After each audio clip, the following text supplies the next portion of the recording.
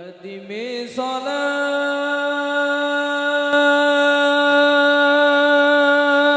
Warahmatullahi wabarakatuh. Apa kabar anak-anak? Ada yang sakit? Oh, Jakir sakit. Apa keterangannya? Oh, kita doakan semoga Mujakir cepat sembuh dari penyakitnya. Nah, sebelum memulai pembelajaran pada hari ini, marilah kita berdoa. Berdoa mulai.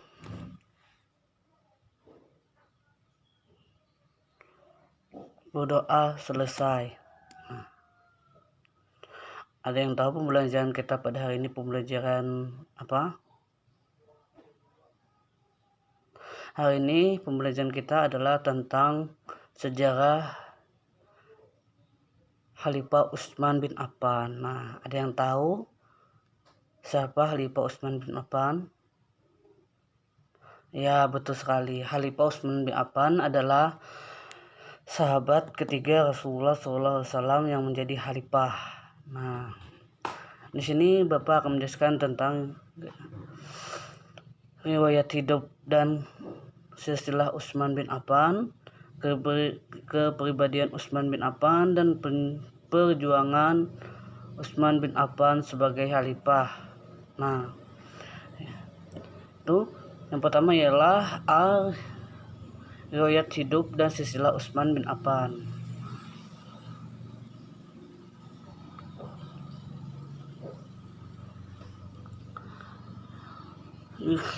Nama lengkap Utsman bin Affan adalah Utsman bin Affan bin Abdul As bin Umayyah bin Abdul Sam bin Abdul Manaf bin Qusay bin Kilab bin Kilab. Ia lahir di Mekah 6 tahun sesudah terjadinya peristiwa Al-Fil tahun gajah. Nasabnya bertemu dengan Rasulullah SAW pada Abdul Manaf, sedangkan ibunya bernama Arwah bin Qais bin Rabi'ah bin Habib bin Abdul Sam bin Abdul Muthalib bin Qusay. Nama ibunya ialah Arwah, yaitu nenek Utsman bin Affan dari jalur ibu. Adalah Ummu Hukaim Abdul Bayha bin Abdul Muthalib. Nah, adapun silsilah Utsman bin Affan dapat kita lihat dengan Rasulullah dapat kita lihat dalam tabel berikut ini.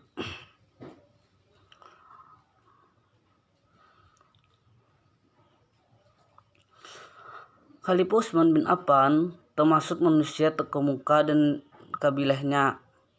Ia terkenal dermawan, pemalu, halus tutur bahasanya, dicintai dan sangat dihormati kaumnya. Utsman bin Affan sama sekali belum pernah bersujud kepada berhala dan tidak pernah melakukan perbuatan keji.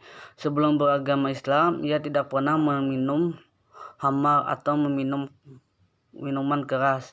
Utsman bin Affan masuk Islam pada umur 34 tahun. Pada saat itu dia diajak Abu Bakar As-Siddiq. Ia termasuk As-Saibul Al-Awalun, yaitu orang-orang yang terdahulu lagi pertama yang memeluk Islam. Ia mendapatkan gelar Junul, pemilik dua cahaya. Nah, maksudnya mereka dengan dua putri Nabi Muhammad SAW, yaitu pertama Ruqayyah binti Rasulullah pada saat kaum muslimin bersiap-siap keluar untuk perang Badar. Ruqayyah sakit meninggal dunia, kemudian Rasulullah menikahkan Utsman dengan putrinya Ummu Kulsum bin Rasulullah. Kemudian ada juga ulama menjelaskan maksud Junuaiyah yaitu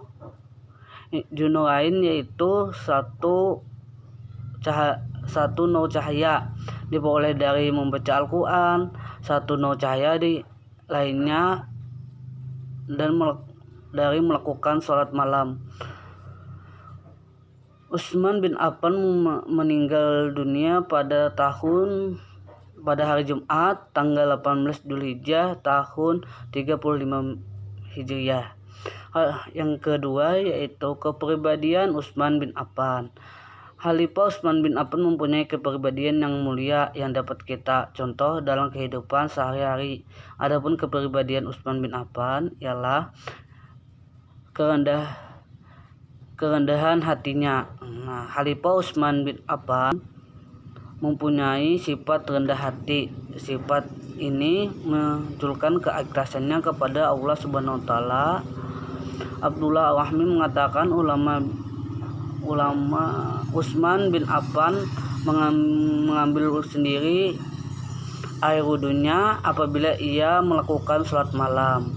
Dikatakan kepadanya jika kamu memerintahkan pembantumu maka ia akan mencukupimu. Utsman menjawab tidak, malam hari adalah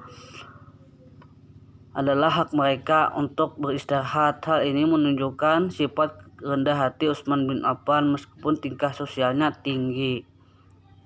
Ia tetap melayani dirinya sendiri pada malam hari dan tidak membangunkan pelayannya. Nah, yang kedua yaitu kedermawanan. Khalifah Utsman bin Affan termasuk sosok yang sangat dermawan. Contohnya pada waktu perang Tabuk, Utsman bin Affan mengeluarkan biaya yang amat besar, yaitu membeli sumur ramah dan menyedekahkan untuk kaum muslimin, membiayai perluasan Masjid Nabawi pada masa Rasulullah SAW masih hidup, menyedekahkan barang-barang dagangannya yang dibawa kabilah kepada kaum muslimin. Padahal para pedagang sudah siap membelinya, memerdekakan satu budak setiap Jumat sehingga jumlah budak yang dimerdekakannya sebanyak 2.400 budak. Sesungguhnya kedermawanan Utsman bin Affan merupakan sifat asli yang dekat dan dirinya ia telah menggunakan harta bendanya untuk melayani agamanya Allah. Yang ketiga yaitu perjuangan Utsman bin Affan sebagai khalifah. Sebelum Khalifah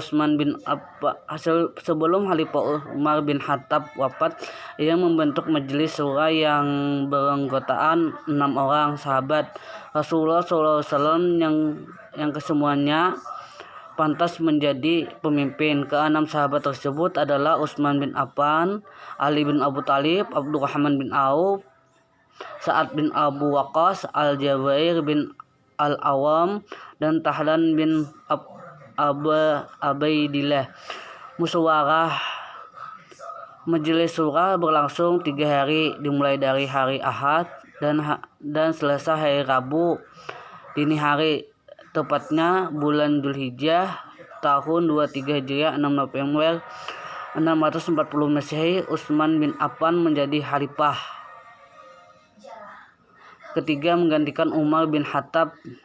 Ketika dibaiat menjadi khalifah, Utsman berdiri untuk menyampaikan pidato pertamanya bahwa ia dalam pemerintahan akan terikat dengan Al-Quran, As-Sunnah dan